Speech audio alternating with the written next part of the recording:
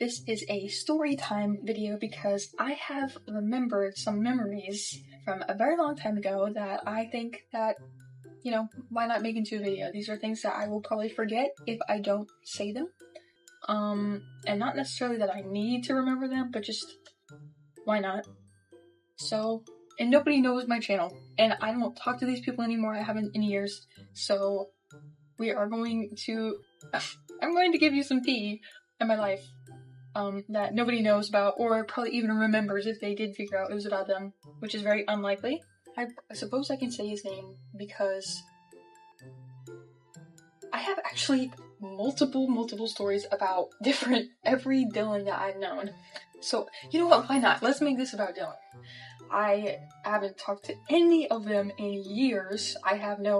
There's no reason to.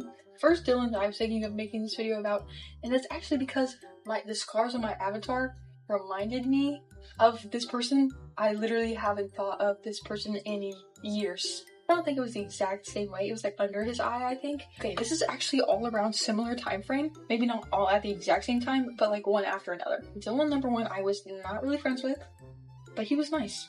And I didn't think I would even talk to him ever. Okay, how old am I? Let's get this straight. The time frame, I was about 10, maybe 11 years old.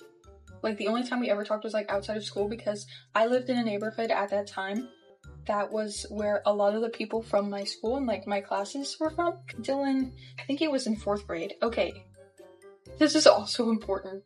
There was this girl, it's a whole story for another time. She used to literally abuse me. My friend was friends with her and she punched me a few times, all this stuff.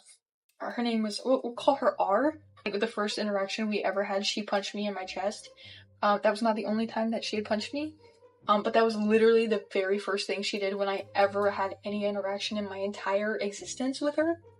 I just said hi, knowing she was friends with my friends, and she punched me in my chest. And honestly, it didn't hurt, but that had never happened before. It was in 4th grade, so my first year of going to school at all.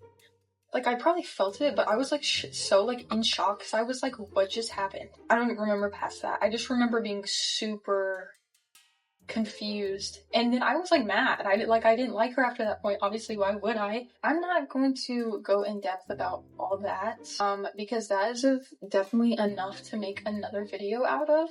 She had a big, fat crush on Dylan, because Dylan had the scar on his face. Like Dylan for the reason of, he has a cute scar on his face. Like, bro, are you kidding? And she was like, she watched a bunch of anime and she was like, oh, he looks like Kiba from Naruto. I was like, bro. Oh my gosh, I'm actually remembering a lot. She had a fat crush on Dylan because of the scar on his eye.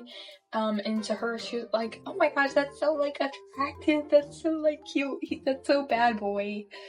Okay. And then she would just be like, oh, his hair, his eyes. I'm like, okay, you like him, but, the scar does not make him who he is. Have you even talked to him? And she's like, and I don't really remember that much more, but I do remember that it was just, weird. And he was really nice. I don't remember, talking to him that much, but I do remember that I saw him one day because I was with my friends in the neighborhood. But yeah, he was nice. Let's move on to Dylan 2. And if we want more information about R and her abuse towards me and our friends, you know what, that's a perfectly good, even more in-depth story time than this one is, so we might have to do that. She's never gonna find this. She confronted me on Halloween. Oh my gosh, that's another story, the Halloween. I would get abandoned every year on Halloween. Basically, Dylan 2. Dylan 2 came directly after, well, it was the same time frame. It was months in between, Dylan 1. Luckily, nothing ever happened between them. Thank goodness, because she would have abused him too. What ended up happening with Dylan 2, okay, I feel bad, guys. Okay, I was 10, just reaching double digits. I didn't talk to him, ever. Besides this point, at least I don't remember it. It was literally the very last day of school in 4th grade. And he was like, Taylor, And I was like, yes. I'm pretty sure it was field day, and I knew who he was very well. I did not talk to him, but I knew who he was. And our friends were not in the same friend group. So I was like kind of confused. He was like, I like you, and I was like, what? In my head, I don't even remember what I said, but I think I was confused. And like all my friends had boyfriends. You know what? Okay, whatever. I was 10. Guys, don't ever be in a relationship at 10 years old. Also, this is something I need to say that people need to know. I have heard that someone I know did it. Not to me, as far as I know, but I think this is like common knowledge. If you are not over your ex, do not be with somebody new until you're completely, utterly, 1,000,000% over them. Because, for one, if you do break up with that person that you replaced them with, that's, one, not fair to them. 2, when you realize that you made a mistake, your mistake is like so much more likely to not be able to be fixed. The person you're not over will be like, no, because why would they say yes to trying again after they've been replaced when it could have been fixed? Especially if it's your fault. Not fair to anybody. I thought that was common knowledge. Apparently it's not. Just don't be dumb. Just don't be actually dumb. Let's get back to the actual story. He said something along the lines of, I really like you.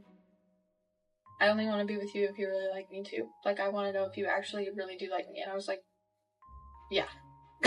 Bro, I did not know anything about him. Like, I knew his name, that was about it. No 10-year-old is going to have a actual relationship. But I do feel bad that I said yes. I totally forgot it. It was the last day. I didn't have any way to contact him. I totally forgot about him.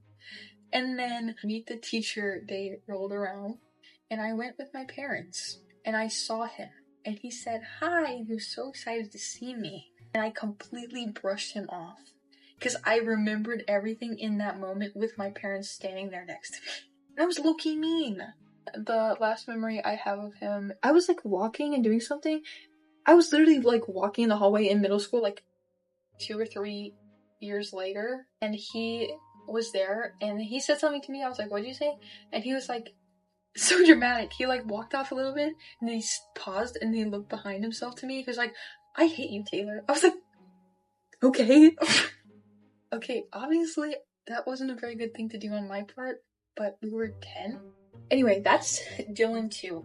Dylan 3, guys. This one's interesting. Dylan 3 was adopted. Not that that matters that much, but I think that I should give some insight on him because I do know more about him than I know about the others. I think I met him in 7th grade. Anyway, he moved to the neighborhood that I lived in, a few streets down, which my neighborhood wasn't huge, so I could like walk through it a few good times in a day. I don't know if I should be saying all these names, but I'm gonna do it anyway. Aiden and Michael, Dylan, all of which had a crush on me. Maybe not at the same time, but they did like me. But Michael liked me for years and years, and he would not stop trying. He also would like call me to go to the park in the neighborhood. He would call me, and then at the end, like he would be like, hey, you wanna come to the park? I'd be like, yeah, sure, why not? I'd be like, okay, I'm on my way. He'd be like, alright, love you, bye. And then he'd hang up, and then I would get there, and then I would be like, why would you say that? And then our other friends would be like, yeah, why'd you say that? And he'd be like, oh, I thought I was talking to my mom. Really? But we're not talking about Michael, we're talking about Dylan. So I saw him a lot. I remember going to his house one day and then seeing like his room. It was like really pretty empty. Also had a flip phone. He would usually just call me or like leave voicemails. And he would be like, how are you doing? Or something like. He was nice. I didn't really want him to know where I lived, so I tried so hard to avoid that. His family was like obsessed with bread. There was bread everywhere in their house. And he would wear the same clothes every day. I really hope that he's okay. Oh, wait. I know what's happening. I had a huge crush for the entirety of, like, grade on this one boy who ended up being my boyfriend for a couple years. He sucks. Then I found out that he liked this other girl. This is where Dylan 3 comes in. I find that out. I'm upset. He knows I'm upset. I go hang out with the gang. They know I'm upset. Dylan 3 goes, you know what, Taylor? He seems like you want a boyfriend. I was like, yeah, I did, but, he just doesn't see me that way. And then he goes, like, you said you wanted, like, a boyfriend, like, we could try it. What do you mean? Never once did I say I wanted a boyfriend. I said I wanted to be with him. I actually got a little bit mad at that, and I told him, I was like, Dylan, why would you say that? And he literally had a crush on our friend. Dylan had a crush on our friend. He had a crush on me. There's another part of this that I will always remember. I went to Michael's house with Dylan and Aiden. This is a normal thing when you go to your friend's house, I feel. And so I did, which is something I had done for years at his house. I took my shoes off.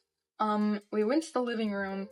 Next thing I know, they're passing around my shoes and smelling them. I forgot to mention they all agreed that it smelled like strawberries. What do you mean? I don't even remember who, started it. Probably Michael. Oh my gosh, Michael was so crazy.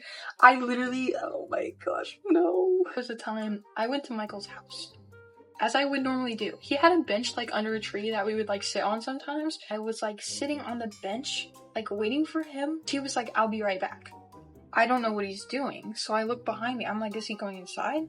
I look behind me, he is peeing in front of his house. Your front door is so close to you. Why would you do that? So, Michael had a best friend before he moved.